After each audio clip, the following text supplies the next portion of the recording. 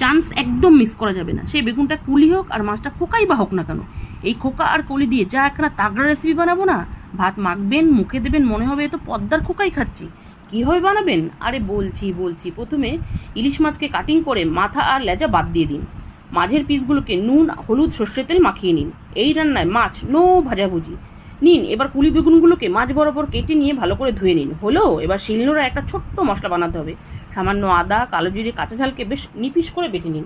কাটাকাটি বাছাবাছির পর্ব মিটে গেলে গ্যাসে প্যান বসিয়ে কালো জিরে ফোড়ন দিয়ে কাটিং করা বেগুন দিয়ে একবার নেড়ে চেড়ে সেই বাটা মশলা দিয়ে আবারও নেড়ে চেড়ে আন্দাজ মতো নুন, হলুদ, সামান্য কাশ্মীরি ঝাল দিয়ে ভালোভাবে কষিয়ে নিন। ব্যাস, এবার ঝোল ফুটে এলে নুন হলুদ মাখানো মাছগুলোকে দিয়ে ঝোলের মধ্যে দিয়ে চাপা ঢাকা দিয়ে রান্না করলেই রেডি খোকা ইলিশের তেল ঝাল। এরপর দুপুরবেলা ভাতের সাথে অন্য সব আইটেমকে বাতিল করুন, এই ঝোল দিয়ে ভাত মাখুন, জমিয়ে খান আর বলুন কি আস্বাদ কি আস্বাদ। কি বলেছিলাম, পদ্মা পদ্মা ফিলিংস দিচ্ছে তো।